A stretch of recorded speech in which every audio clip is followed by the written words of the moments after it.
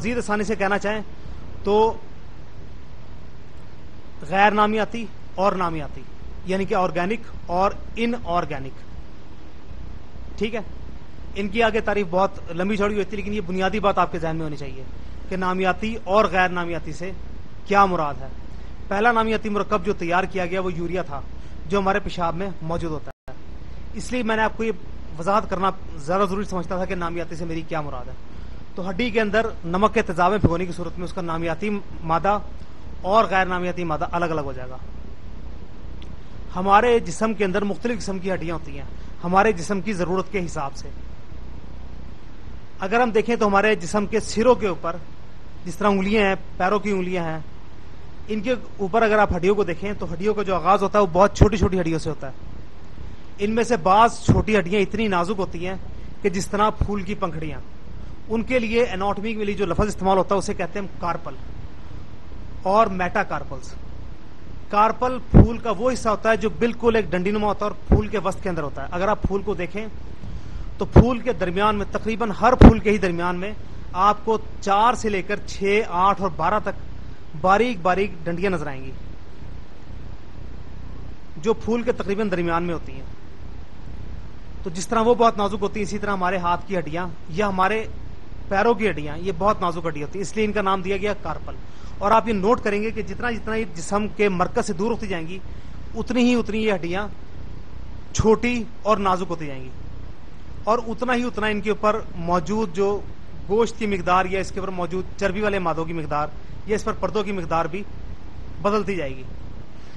ٹھیک ہے، جس طرح یہ ہمارے جسم کے درمیانی حصے سے نزدیک ہوتی جائیں گی ان ہڈیوں کی مضبوطی اور طاقت بڑھتی جائے گی.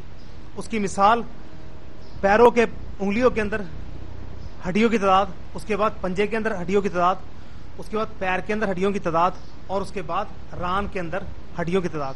اس کا مطالعہ ہم کرتے ہیں تو دیکھتے ہیں کہ پیر کے اندر ہڈیوں کی جو پنجہ ہے اور انگلیاں ہیں ان کے اندر ہڈیوں کی تعداد سب سے زیادہ ہے، تقریباً 30.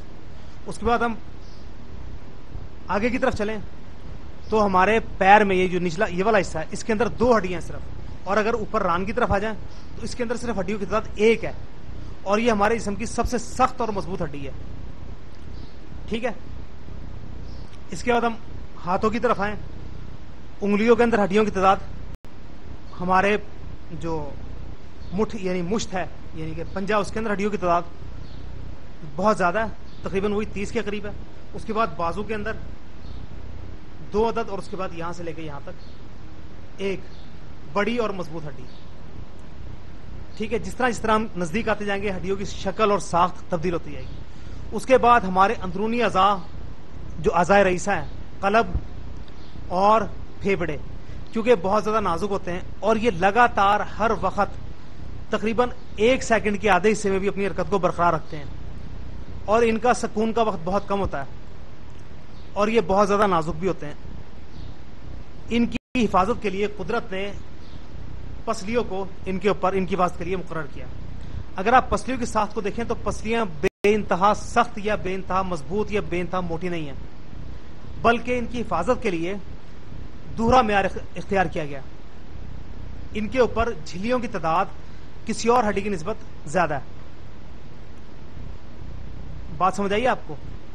اس کے علاوہ یہ ہڈیاں چھوٹی چھوٹی ہیں، یعنی ایسا نہیں ہے کہ ہمارا پورا کا پورا تھوریکس یعنی کہ سینے کی جو ہڈیاں ہیں یہ کسی ایک ہڈی سے مل کے بنی ہے اور ایک ہڈی ٹوٹ جائے اور ہمارے اندرونی اعضاء رئیسہ متاثر ہو جائیں. ایک بات یاد رکھیے گا کہ سینے کے جو اعضاء ہیں، قلب اور پھیپھڑے، یہ تقریباً مسلسل ہر وقت ہی کام کرتے رہتے ہیں. ہمارا دماغ سوتے وقت اپنے دماغ کے کافی بڑے حصے کو آرام دے دیتا ہے، لیکن قلب اپنی دھڑکن کے دوران انقباض اور انبساط کی حالت کے درمیان میں ہی آرام کرتا ہے، اور یہ وقت جو ہوتا ہے یہ 1/4 سیکنڈ سے بھی کم ہوتا ہے.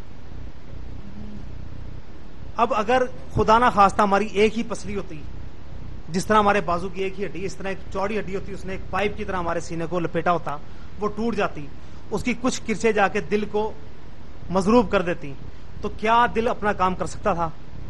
جبکہ یہ بات یاد رکھیے گا کہ دل کو آرام کرنے کے لیے 1 سیکنڈ کا بھی چوتھے حصے سے بھی کم ٹائم ملتا ہے.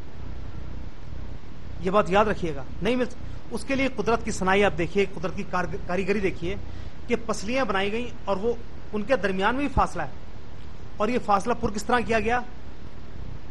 گدیوں کے ذریعے. وہ گدیے کون سی ہیں؟ وہ کوئی فارم کی گدیاں نہیں ہیں، بلکہ وہ چربی کی اپنا شیمی مادے کی تہ. آپ یہ دیکھیں گے کہ پسلی کے اوپر اچھا خاصا زور سے کوئی مکہ ہی مارے تو پسلی تھوڑا سا اندر کی طرف دب کے اس سارے دباؤ کو برداشت کر لیتی ہیں. اس کی نسبت اکثر اوقات ایسی کسی ضرب کی صورت میں ہاتھ کی یا انگلیوں کی ہڈی ٹوٹ جاتی ہے. ٹھیک ہے، بات آپ کو سمجھ آ رہی ہے؟ اس کے اندر کوئی بات یا کوئی سوال، یہ ہم نے ہڈیوں کی بنیادی ساخت کا مطالعہ کیا. اس کے بعد ہم کچھ جوڑ ایسے ہوتے ہیں جو بہت زیادہ پیچیدہ ہوتے ہیں، جس طرح ہمارے گھٹنے کا جوڑ. نیچے سے 2 ہڈیاں آئیں، ریڈیس اور اولنا، اور اوپر کی یہ ہیمر بون. یہ دونوں ہڈیاں آپس میں ملی. اب سب سے زیادہ جو ہمیں حرکت کرنا ہوتا ہے وہ ہمارے پیروں کی ہڈیوں نے کرنا ہوتا ہے. اب اگر یہ دونوں ہڈیاں آپس میں اس طرح مل جائیں تو کیا یہ حرکت کر سکیں گی؟ اگر 2 ہڈیاں اور 1 ہڈی اس طرح مل جائے تو وہ یا تو سیدھا چل سکتا ہے آدمی، یا لیٹ سکتا ہے. بیٹھ تو نہیں سکتا. اگر وہ بیٹھے گا اور یہاں پر ہی جوڑ ہے تو ٹوٹ جائے گا. اس کے لیے قدرت نے کیا کیا کہ ان کے درمیان میں تھوڑا سا فاصلہ رکھ دیا. اس فاصلے کے درمیان میں ایک مادہ بھر دیا. اس مادے کی حفاظت کے لیے اس کے آس پاس جھلیاں بھر دی، لگا دی. اور اب یہ سب کچھ ہو گیا تو ڈھکنا بھی تو ہونا چاہیے. اس کے لیے ایک کری ہڈی یا کری نما ہڈی جسے ہم نی کیپ کہتے ہیں وہ اوپر لگا دی. یہ اس طرح کی کری ہڈی نہیں ہوتی جس طرح بچوں کی ہوتی، بلکہ یہ ایک کافی حد تک ڈیولپڈ یعنی کہ میچور یا پختہ ہڈی ہوتی ہے. ٹھیک ہے، اور بہت زیادہ کثرت یعنی ریاضت سے، یعنی کہ بہت زیادہ ورزشیں کرنے سے اکثر اوقات یہ گھس بھی جاتی ہے. آپ نے دیکھا ہوگا کہ اکثر اوقات پہلوان پیر اٹھا کے آ رہے ہوتے ہیں کہ جی ان سے ٹرن پھرن تو بھی آوازار ہو گئے ہیں. ٹھیک ہے، پرانے حکمہ اسی لیے بہت زیادہ ریاضت سے منع کرتے تھے کہ بہت زیادہ ریاضت سے یہ اعضاء جو گھس جاتے ہیں، انہیں نقصان پہنچتا ہے. اس کے بعد کچھ ہڈیاں ہوتی ہیں جو تل نما ہوتی ہیں اپنی ساخت کے اعتبار سے، اپنی وقوع کے اعتبار سے. ان کا کام اسی طرح بہت چھوٹے چھوٹے اعضاء کی حفاظت کرنا یا ان کو حرکت کرنے میں مدد دینا. ٹھیک ہے، اگلا لیکچر جو ہمارا ہوگا وہ ہوگا ہڈیوں کی تعداد کے بارے میں. چہرے کی ہڈیاں، سینے، بازو، شانے اور باقی جسم کی ہڈیوں کے متعلق. تو میری آپ سے درخواست ہوگی کہ آپ اس کا مطالعہ اچھی طرح کر کے ہیں. ابھی اس آج کے لیکچر کے اندر کوئی سوال آپ کا رہ گیا ہو جو آپ کو سمجھ نہ آئی ہو بات؟ کو گائے کی ہڈیاں لے لی مضبوط کسائی سے، اس کو تیزاب لے لیا. تیزاب خالصاً لینا یا اس میں تیزاب میں پانی میں مکس کرنا؟ پوٹری کے اندر تیزاب کے بارے میں 2 اصطلاحات استعمال کی جاتی ہیں، ایک ڈائلیوٹڈ اور ایک کنسنٹریٹڈ. کنسنٹریٹڈ وہ تیزاب ہوتا ہے جس کے اندر پانی کی مقدار نہیں ہوتی، یا وہ 98% تک اس کے اندر تیزاب ہوتا ہے اور 2% تک اس کے اندر پانی ہوتا ہے. دوسرا تیزاب وہ ہوتا ہے جو ڈائلیوٹڈ ہوتا ہے. وہ ان تمام مقاصد کے لیے استعمال کیا جاتا ہے جہاں پر ہم نے وقفہ دینا ہو، جہاں پر ہم کسی کام کو بہت آہستہ آہستہ انجام دینا چاہیں.